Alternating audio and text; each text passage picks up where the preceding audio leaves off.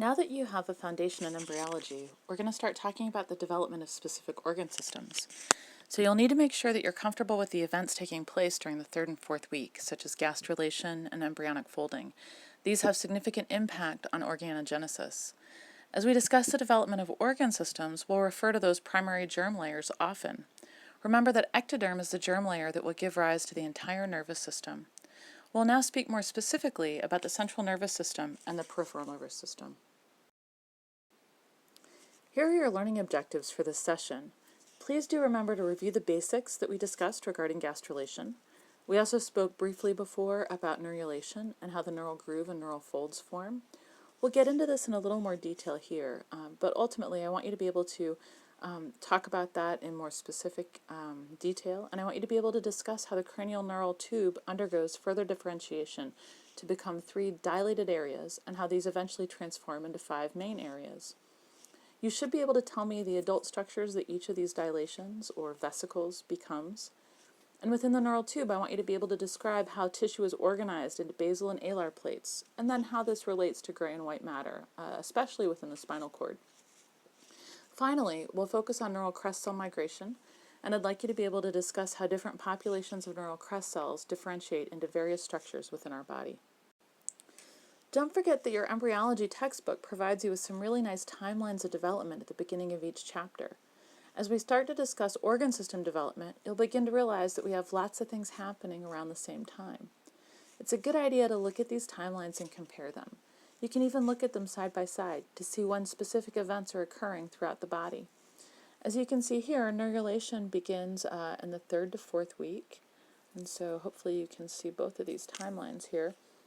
But in weeks 3 to 4, right, this block of time here, this is where we are really starting to see neurulation take place. And we form the neural tube during this time. Differentiation of the neural tube, and that's what you really see right here. This is going to start to take place in week 4. Weeks 4 to 10, we'll see further differentiation into gray and white matter. Again, that's what we see right here. And we also start to get to the development of some of our autonomic nervous system structures. So specifically here, we're already talking about some sympathetic trunk formation. If you look later along in this timeline, like weeks 16 to 38 over here, you'll notice that this is mostly of time of growth. As you've probably noticed by now, there are some processes that are responsible for many of the changes we see during development. As we develop new tissues and talk about cell migration and differentiation, we can talk about changes that take place in either cell shape, so cells becoming taller or more columnar, for example, cell number. This might be because we increase mitotic activity, or maybe we undergo apoptosis. And we can change cell position. We can lose adhesion molecules, we can express adhesion molecules, and we do these things to promote or restrict cell movement. We can also get a combination of that where we might have cells detached from each other, move together, and increase in one area and decrease in another. It's these 3 general changes that we see over here that, that really allow for all the processes that are listed here on the right. So induction, causing something to occur in another part of the cell. For instance, we can have changes that take place in the mesoderm that cause changes in the overlying ectoderm. We can get proliferation, the formation of patterns within the embryo, differentiation, also known as determination, intercellular communication, so signaling, migration to different parts of the body, again, cellular differentiation, the formation of connections or synapses, stabilization and elimination. So, for instance, stabilization and elimination, there we're really talking about the change in cell position. We might stabilize that, or actually this is referring to cell number, right, because we might increase or we might eliminate cells. Now, obviously, there are changes taking place within the cell as well that allow for the expression or inhibition of specific proteins, and these impact these processes too.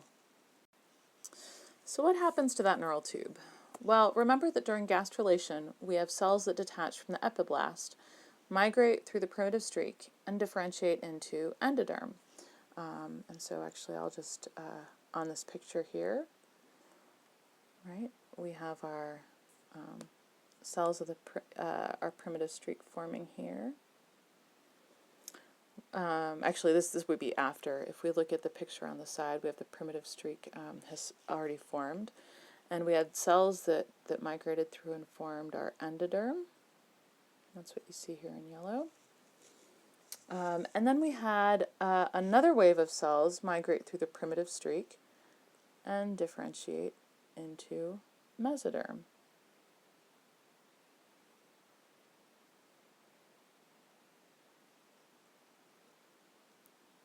Right, there's our paraxial, intermediate, and then we'll have our lateral plate mesoderm here, dividing into splanchnic and somatic.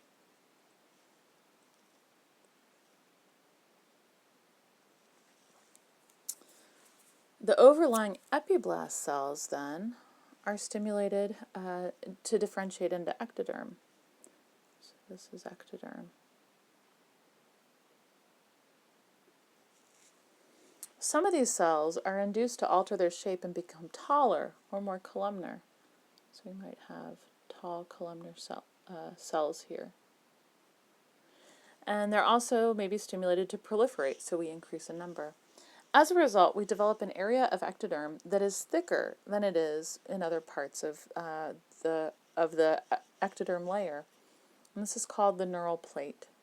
So in fact, in this image here, this thickened area here would be our neural plate. This changes in cell shape also will allow us to have an elevated area to create a hinge. So you might imagine that we have cells. Let me erase this right here.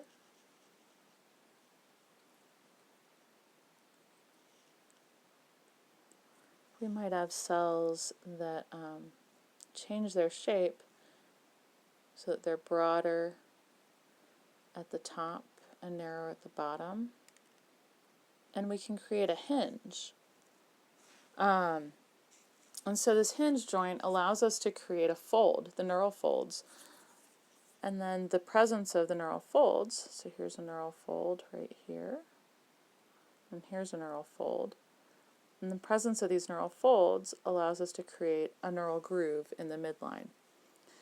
As we start to undergo craniocaudal folding and lateral folding, the neural folds beyond that hinge joint are brought together in the midline, right? So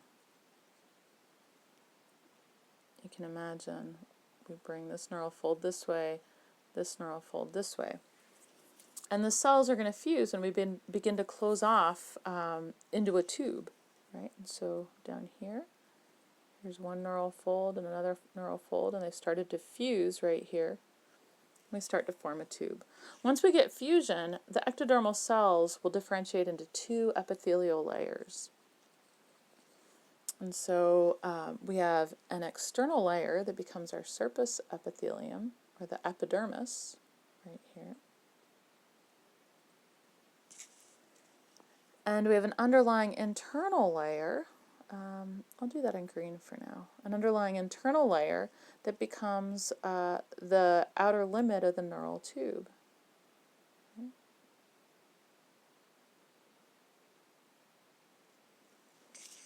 In between these two layers are clusters of cells that detached from the neural folds. We'll do those in yellow for right now. That detached from the neural folds, and the neural folds were becoming closer and closer to each other. And these clusters of cells are called neural crest cells.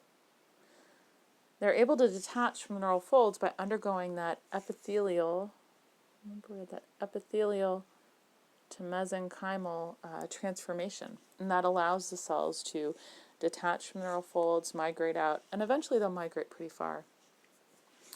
Our neural tube begins closure in the occipital region of the embryo. So in this image here, you can see that we're starting to close right here. We start to get fusion. Since fusion, and this is going to happen approximately day 22 of development. Since fusion begins in the midline, this means that our cranial and caudal ends of the neural tube remain open for a period of time, just for a little bit. And then fusion will progress cranially, and it'll progress caudally, kind of like a sweater with a double zipper, right? We can have the zipper in the middle and then move the zipper up and move it down until the entire tube is closed off. And as is usually the case in embryology, the closure of the cranial end progresses a bit more quickly than closure of the caudal end. So the cranial neuropore, that opening, closes around day 24, and the caudal neuropore closes around day 26. And as fusion occurs, that neural tube is also increasing in length. We refer to formation of the neural tube from ectoderm as neurulation, or sometimes we'll refer to it as primary neurulation.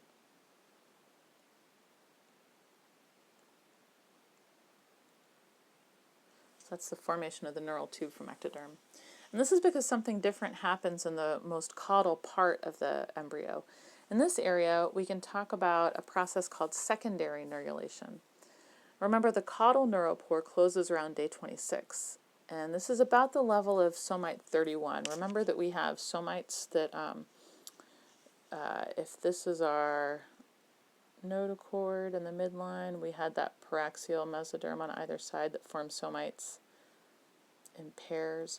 And about the level of somite 31 is when that caudal neuropore is going to close. But the neural tube actually extends further, right? It just doesn't fuse much beyond that, into the sacral and coccygeal levels. So we get closure of the neural tube at that region before you reach the sacral and coccygeal levels. So in this image here, this is our neural tube that I'm outlining in pink. And the arrow is pointing to the closure of that caudal neuropore.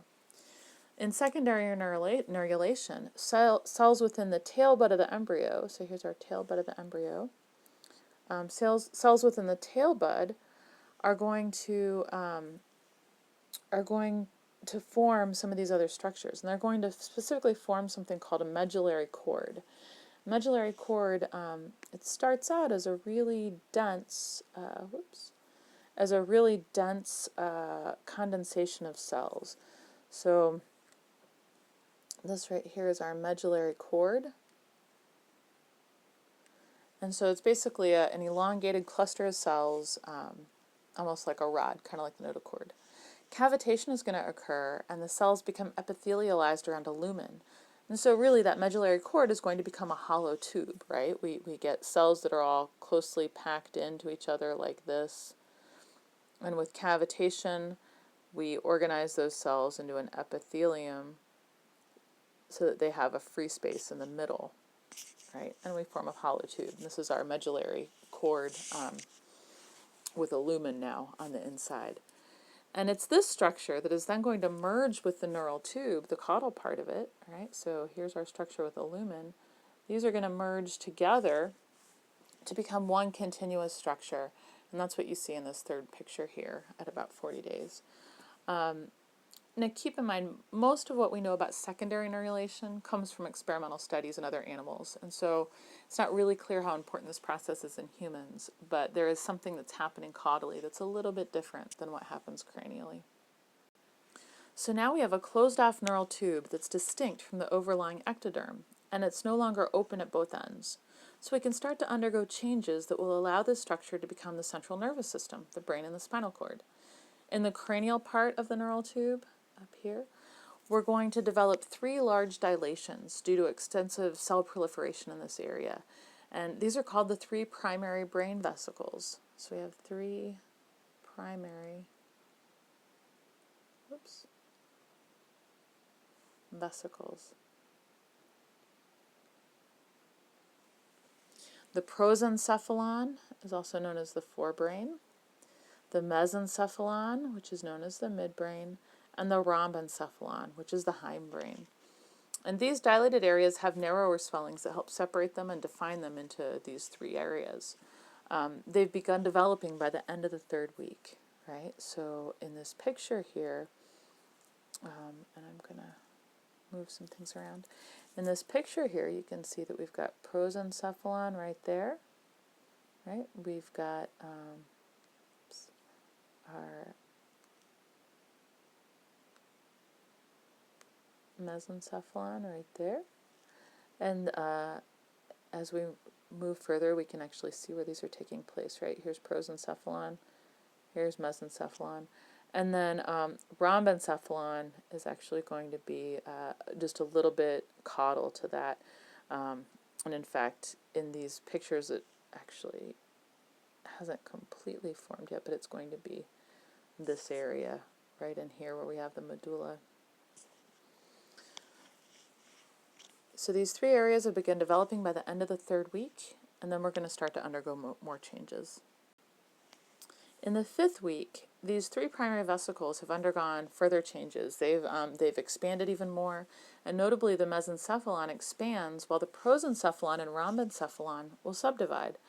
So in the fifth week, we end up with 5 secondary brain vesicles. So 3 vesicles by the end of the third week, 5 vesicles in the fifth week. And these secondary vesicles include, again, the prosencephalon has 2 subdivisions. So by week 5 are 5 secondary vesicles. So these are our primary, right here. And these are our secondary. Our prosencephalon is going to subdivide into the telencephalon, which forms most of our cerebrum, and the diencephalon, which is going to form structures like the thalamus, hypothalamus, epithalamus, again, things that help us interpret the outside world. They've got a lot of different functions. You'll learn about most of these structures in your neuro labs. The mesencephalon, the midbrain, is really just going to expand, and as it expands, it becomes these structures over here, the tectum, tegmentum, and the cerebral peduncles. Our rhombencephalon will subdivide into the metencephalon. That becomes our cerebellum and pons. And the second subdivision of the rhombencephalon is called the myelencephalon, and that forms our medulla oblongata. So you'll learn all of these in the neuro lab. If you look at the adult brain structure, this organization from cranial to caudal, from the cerebrum all the way down to the medulla, should make sense to you. Don't forget that while a lot of this expansion and differentiation is taking place in weeks 3 to 5, we're also undergoing folding. During week 4, that craniocaudal and lateral folding of the embryo will stimulate dorsal growth and expansion of the neural tube. And a lot of this is happening cranially to a greater extent than caudally. Folding also causes the expanded cranial area of the neural tube to bend forward, and that allows us to end up with the adult shape of our brain.